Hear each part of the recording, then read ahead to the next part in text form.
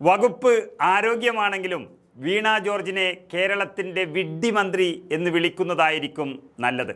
ആ പേര് പറയുമ്പോൾ തന്നെ ജനങ്ങൾ ചിരിക്കാൻ തുടങ്ങിയിരിക്കുന്നു. പണ്ടത്തെ പോലെയല്ല കാലം, ആകെ മാറിയിരിക്കുകയാണ്. എല്ലാ സംഭവങ്ങളും ഒപ്പിയെടുക്കാൻ മാധ്യമങ്ങൾ മാത്രമല്ല, ഈ സമൂഹം തന്നെ കാത്തു നിൽക്കുകയാണിപ്പോൾ. അങ്ങനെ കണ്ണൂരിൽ നടന്നതും സത്യം തെളിഞ്ഞു വന്നപ്പോൾ ആ സമരം ചെയ്തു വന്ന കുട്ടികൾ വീണ മന്ത്രിയുടെ 7 അയലത്ത് പോലും എത്തിയിട്ടില്ല എന്നുള്ളതാണ് കേരളം മുഴുവൻ മനസ്സിലാക്കിയിരിക്കുന്നത്. എല്ലാ മന്ത്രിമാരും പ്രതിഷേധം നേരിടാറുണ്ട്. ഇതേ കണ്ണൂരിൽ വെച്ചാണ് ഉമ്മൻചാണ്ടിയെ CPMകാർ കല്ലെറിഞ്ഞ് നെറ്റി പൊട്ടിച്ചത്. അതും മുഖ്യമന്ത്രിയായിരിക്കുമ്പോൾ എന്നോർക്കണം. ഒരു പ്രശ്നവും ഉണ്ടാക്കരുത് ഇതിൻ്റെ പേരിൽ എന്നാണ് അദ്ദേഹം അന്ന് സുധാകരനോട് വിളിച്ചു പറഞ്ഞത്. ഈ മന്ത്രി ചെയ്തത് തെരുവ് ഗുണ്ടകളെ പോലും നാണിപ്പിക്കുന്ന തരത്തിൽ വിദ്യാർത്ഥികളുടെ നേരെ അങ്ങോട്ട് ആക്രമിക്കാൻ പോയതാണ്. ഇനി യഥാർത്ഥ സംഭവത്തിലേക്ക് വരാം.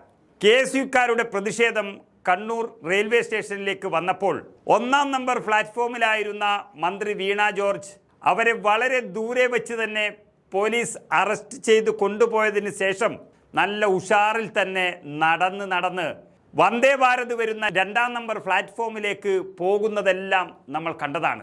അവിടെ എത്തിയപ്പോഴാണ് കളി മാറിയത്. ഈ നാടകത്തിൻ്റെ സംവിധായകൻ സ്പീക്കർ കൂടിയായ ഷംസീർ അവിടെ കാത്തു നിൽക്കുന്നുണ്ടായിരുന്നു. വീണ മന്ത്രിയെ അടുത്ത് വിളിച്ച് കാര്യങ്ങൾ അന്വേഷിക്കുന്നു. സംഭവിച്ച കാര്യങ്ങൾ പറഞ്ഞതോടെ നാടകം തുടങ്ങാൻ ആവശ്യപ്പെട്ടത് ഷംസീർ എന്ന സ്പീക്കറാണ്. പ്ലാറ്റ്ഫോം നമ്പർ 1-ൽ നടക്കുന്ന കാര്യങ്ങൾ നേരിട്ട് കണ്ടു നിന്ന സ്പീക്കർ 2-ാം പ്ലാറ്റ്ഫോമിൽ നിന്ന് എല്ലാം ആസൂത്രണം ചെയ്യുകയായിരുന്നു. അപ്പോൾ മുഖ്യമന്ത്രിയെ വിളിക്കുന്നു. സിദ്ദിഖ് ലാലിനെ പോലെ 2 പേരും ചേർന്ന് സംവിധാനം ചെയ്ത് നടപ്പിലാക്കിയതാണ് ഈ നാടകം.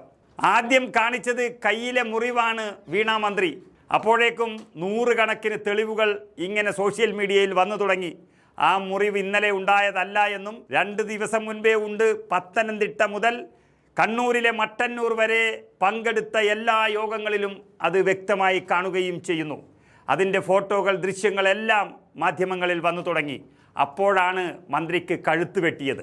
ഇതെല്ലാം ആ സംവിധായകരുടെ പണിയാണ്. സ്പീക്കർ സംവിധായകൻ അങ്ങോട്ട് മാറുമ്പോൾ പിണറായി സംവിധായകൻ ആശുപത്രിയിലെത്തുന്നു.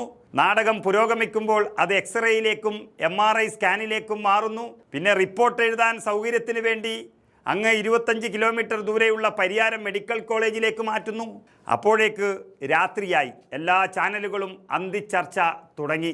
നടന്നതെല്ലാം മാധ്യമങ്ങൾ ഒപ്പിയെടുത്ത് പുറത്തുവിടുകയാണ് എന്നുള്ള സത്യം ഇവർ മനസ്സിലാക്കി. ഇതോടെ നാടകം പൊളിഞ്ഞു എന്ന് മനസ്സിലാക്കിയ സ്പീക്കർ പൂങ്കവൻ അവിടെ നിന്നും മുങ്ങി. നാണമില്ലേ മിസ്റ്റർ ഈ 100-ാം കിട നാടകം കളിക്കാനെന്ന് ജനങ്ങൾ ചോദിച്ചു തുടങ്ങി. വീണ മന്ത്രി മാത്രമല്ല, സ്പീക്കർ ഷംസീറും നാണം കെട്ട് നാറിയ ദിവസമായിരുന്നു ഇന്നലെ. ഇപ്പോൾ ആരെയും കാണാതെ ഒളിവിൽ പാർക്കുകയാണ് സ്പീക്കർ. ഇന്നത്തെ സ്പീക്കർ പണ്ടത്തെ ഷംസീർ ഭയങ്കര അലമ്പായിരുന്നു പാർട്ടിയിൽ. ഇപ്പോൾ സ്പീക്കറായതിനു ശേഷം അല്പം മര്യാദയൊക്കെ കാണുന്നുണ്ടായിരുന്നു. ഇപ്പോഴിതാ വീണ്ടും തറയായിരിക്കുകയാണ്. 2 ദിവസം മുമ്പ് തന്നെ നിയമസഭ നിർത്തിയതാണ്. അങ്ങനെ നിയമസഭ നിർത്തിയത് കൊണ്ട് ഷംസീറിന് പുറത്തിറങ്ങേണ്ട ആവശ്യമില്ല. ഇങ്ങനെ ഒരു നാടകം ഒപ്പിച്ചു വെച്ച് എല്ലാം കയ്യിൽ നിന്ന് പോയി എന്നുറപ്പായപ്പോൾ അനങ്ങാതെ മൂലക്കിരിക്കുകയാണ് ഷംസീർ. അതിന് കൂടാതെ മുഖ്യൻ്റെ ചാരിത്ര പ്രസംഗം വേറെ. അക്രമം പാടില്ല എന്നും അക്രമം നടത്തിയാൽ ഈ നാടിൻ്റെ അവസ്ഥയും പോക്കും എങ്ങോട്ടാകും എന്നൊക്കെയാണ് പണ്ടത്തെ കൊലക്കേസ് പ്രതിയായ ഈ മാന്യൻ വിളിച്ചു പറയുന്നത്. ഏതായാലും സത്യം ജനങ്ങൾ അറിഞ്ഞു. നാടകം പൊളിഞ്ഞു.